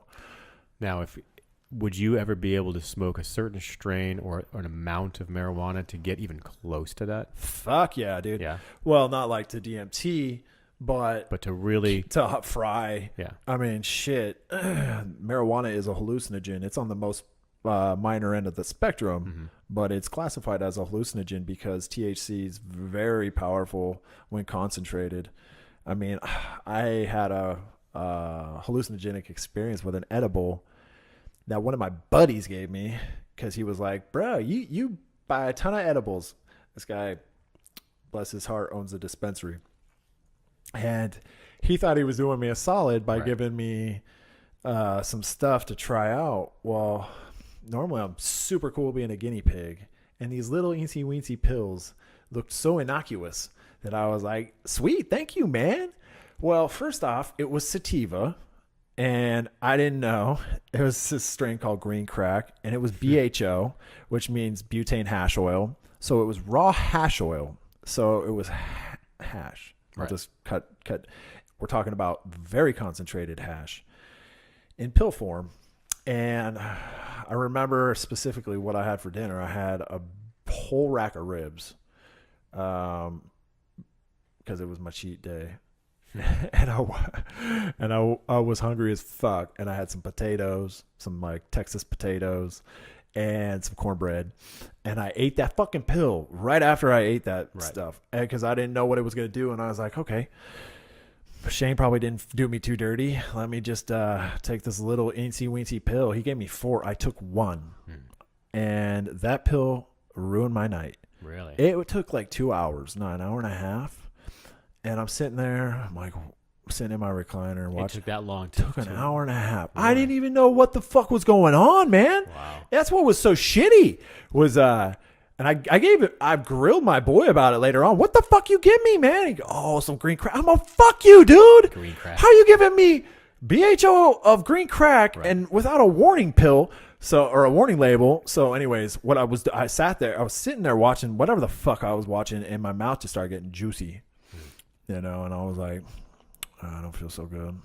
And I'm like, what my stomach, oh shit, I might puke, man. And I'm like, oh, I need to breathe. So I was like, do I need to go puke? So I stood up, and I mean, it came on like that. It came on in a minute. Yeah. I'm all just like, oh, I don't feel good. So I stood up, and then it was a complete head change. I stood up, And I was like, oh, that's better. And I stood there and I breathed for about a minute. And I took some big, deep breaths. And I just started feeling all right again. And I was like, okay. Yeah, the last thing I want to do is puke up a whole rack of ribs. So Cornbread. so I'm like, why am I not feeling good? Still don't figure it out, right? I'm so lit. I'm lit. Yeah.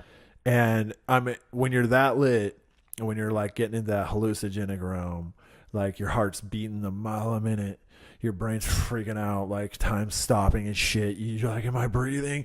Fuck, I need to breathe.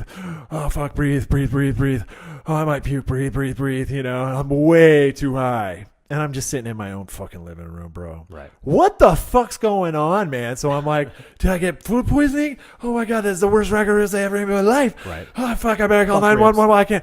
Oh, shit, what's going on? And then all of a sudden it clicked. And I was like, oh, fuck, that pill, man. When did I eat that pill? No fucking way, you know, and I'm just in my own head. You're such a little bitch. One little pill, there's no way that's what's going on. There's some other shit, man. Right. So I'm like, and I ate it with food, dude. And that was, how long ago was that? And I'm like trying to do math and fucking figure out what time it is.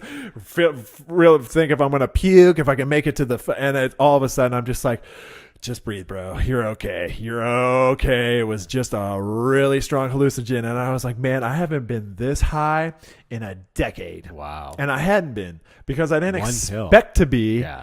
And it took me to, it launch pad McQuacked my ass, bro. Yeah.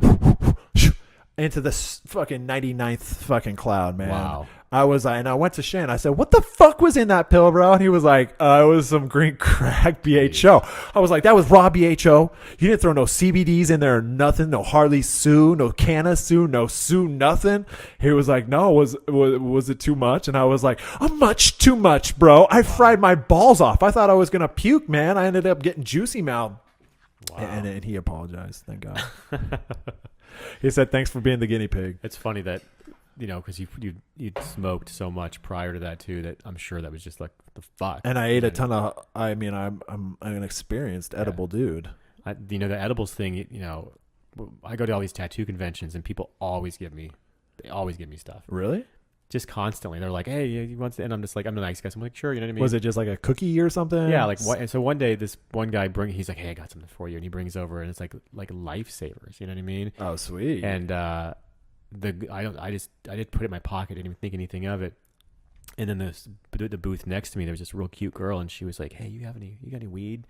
I'm like, it just so happens I got these, and I'm like, I have no idea what the dose is or anything, right? You're passing them on. I fucking gave them to her, and the next day I see her, and she's like, that shit fucked me up. And shit is a huge boyfriend. I was like, this guy's gonna beat my ass, you know? It was, I don't know. It's just like, she said she took like one, and it just fucking rocked her. Yeah, some people can't handle nothing. Yeah. I got a girl who, she can smell an edible, and she'll be destroyed. Wow. It's ridiculous. Wow. You're like, you're the most sensitive thing in the world. And she's like, I know.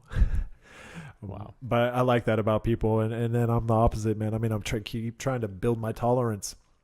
Not build my tolerance, but take more because of the effectiveness of that medicine, man. And it's one of those things I have to tell myself, you're not trying to drink a fucking 6-pack or a half rack or a case of beer or finish. You're trying to make sure you're medicated with something that's actually going to like create a symbiosis in your body that's going to keep cancers from flourishing or from even establishing, especially from metastasizing. And it's also helping with a ton of my other. So I told you, I had to go to my doctor to get a checkup like 6 months ago because it was right in the wintertime. And I was like, I want to go. It was vanity. It was for my fucking beard. Yeah, right. Yeah. And super bitch move on my part, but I wanted to do it because I want my beard game to be on point. And so my doctor was like, all right, well, come see me. And I never really go see him, but he's a cool cat. And the reason I like him was because the first time we ever met, he wasn't even my primary, but I went in there and he saw on my thing about had a medical card and everything. And he went, man, you're in shape, dude. What's up? You use it. And I was like, bro, let me tell you what's up. And he spent 20 minutes picking my brain about cannabis. Wow. So I liked him right off the bat, made him my primary care physician. And so we have a good rapport and he respects my cannabis use.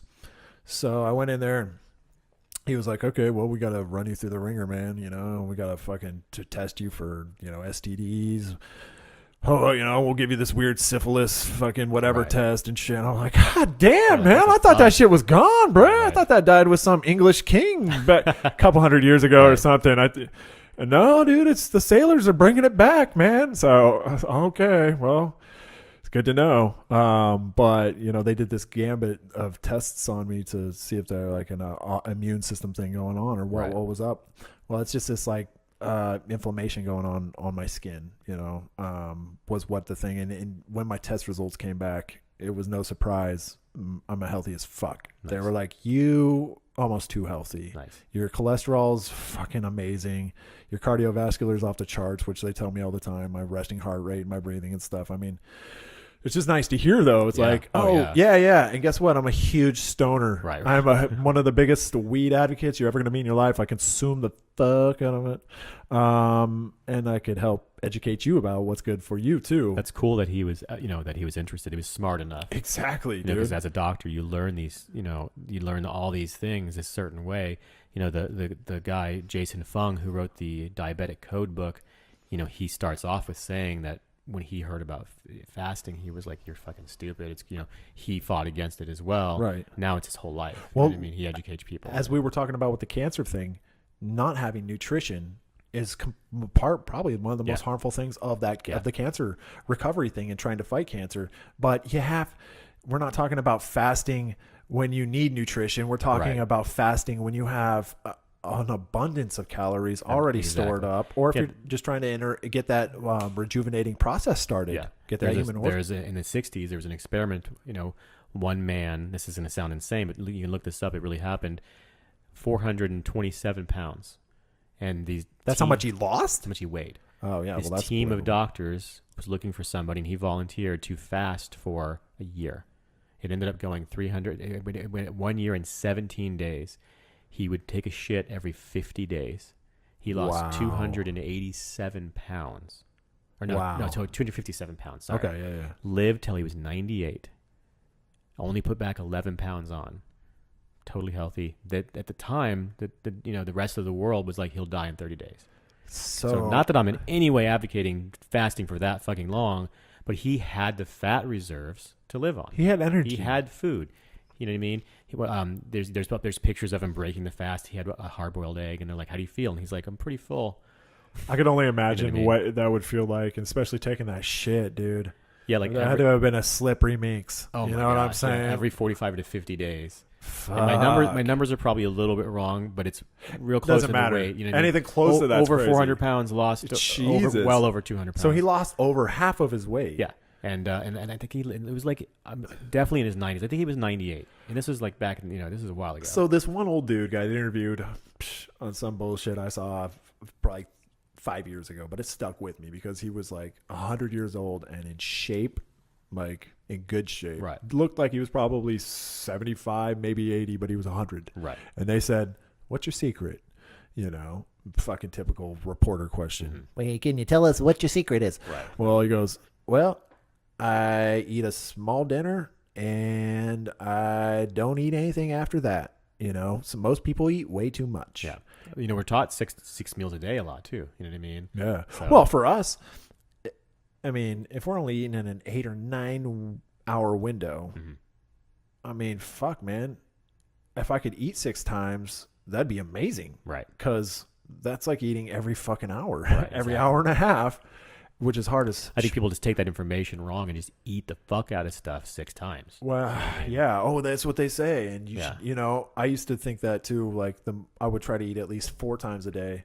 Not huge meals, but to try to stimulate my digestive tract and to get that going. And I was so off base on what I was actually doing and what my intentions were behind it.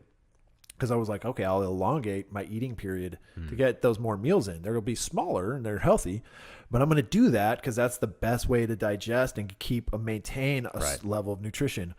Wrong. Yeah, and that also spikes your sugar. Your insulin's constantly spiked. So yeah. Yeah, I was always in this digestive process, and I fucking slept like shit, and that was the main thing that made me switch it up. Yeah. with that, I wanted to kind of say too, just remind everybody about the contest that I'm putting out. Again, I think that the more entries we get, the more interesting it'll be, and I'll share them. You know what I mean? We'll share them. I'll share them via YouTube and stuff as well. So don't be afraid to share your weight with me and your goals and your drive. And I'm really looking forward to giving somebody a free tattoo. You know what I mean? And I'm like I said, I'm gonna find some other stuff too, probably some prints and stuff like that, or some convention stuff. Like it's gonna be worth it. You know what I mean? So I'm super excited about that. I really hope you guys can spread this podcast around. If you've got some stuff you'd like to hear us talk about, whether it's tattoo related, art related, weird shit related. You know what I mean? I know we tapped into a little bit of ghost stuff. I wouldn't mind talking a little bit more about some metaphysical stuff, just thoughts on it. You know what I mean? If anybody's interested in hearing our thoughts on that, or if you have some cool stories. I got some cool ass alien stories. Most of my family has straight up told me that my mom says she's been straight up abducted by aliens. I have never seen anything personally like that. I wish I had. I want to be like that Dane Cook skit. You know what I mean? He's like, take me up. I want to look around. I want to explore. You know what I mean? But my mom, my sister, my dad, my grandmother, they all have these alien experiences. They even have some of the same marks on them in certain spots. That's some X-Files shit. That's some crazy shit, right? Yeah, that's the dark arts right there. I'm gonna have to get some of them on here and tell their story because, my mom has always said that she was abducted. And she was telling me this crazy story. And I ended up telling my sister, I'm like, what mom told me? And my sister was like, yeah, I know. I have the same mark. And lifts part of her shirt. And she's got the same mark that my mom's got. And it's like, it's kind of mind blowing. You know what I mean? So I can't wait to hear get into some of that shit. So how do they email you? So you can email me at carltontattoos@gmail.com. You can also message me on Instagram at Joshua Carlton Official. Do you want to send some stuff to you as well? Or? Yeah, I mean, you can reach out to me. It's Sean, SEAN 46. That's 46 and the word and 2. So that's Sean 46 and 2, 46 and 2, like the Tool song. Gotta love some Maynard. Absolutely. So yeah, if you have some questions, please send them to us for either one of us. Definitely ask some if you've got some marijuana questions. I have a lot of questions about that, by the way. It's just kind of interesting to me to learn all of this information. I can't wait. I've been trying to get you on the boat for 6 years. Every time I saw you for the first year, I was throwing weed at you. Like, a funny thing, when I first moved here, before it was legal, this guy gave me easily $800 worth of weed. And not me. No, not you. I was so terrified of getting caught with it that when I packed up for the shop and left, I just threw it in the garbage outside. And then a friend of mine called me and he's like, dude, I found this huge bag of weed in your trash at the shop. Who goes digging through the trash, what are you dog? Doing? Like, what time you were just you got even outed there? as a fucking diver, dude. What the fuck, man? I was so ignorant to it that I didn't even know what it was worth. And he's like, it's like $800. I sold it for $800. I was like, holy fuck. Yeah. But it was illegal. So I put it in my closet, but you could still smell it. And I was just like, I don't know. This is weirding me out. You know what I mean? So I love that stink. Yeah. So anyway, I think with that, I think we've had a good episode. I feel good about it. Thank you so much, everybody, for joining us. This has been a dream of mine for a long time. I hope this is something you enjoy, and we'll keep bringing it to you. So have a great night.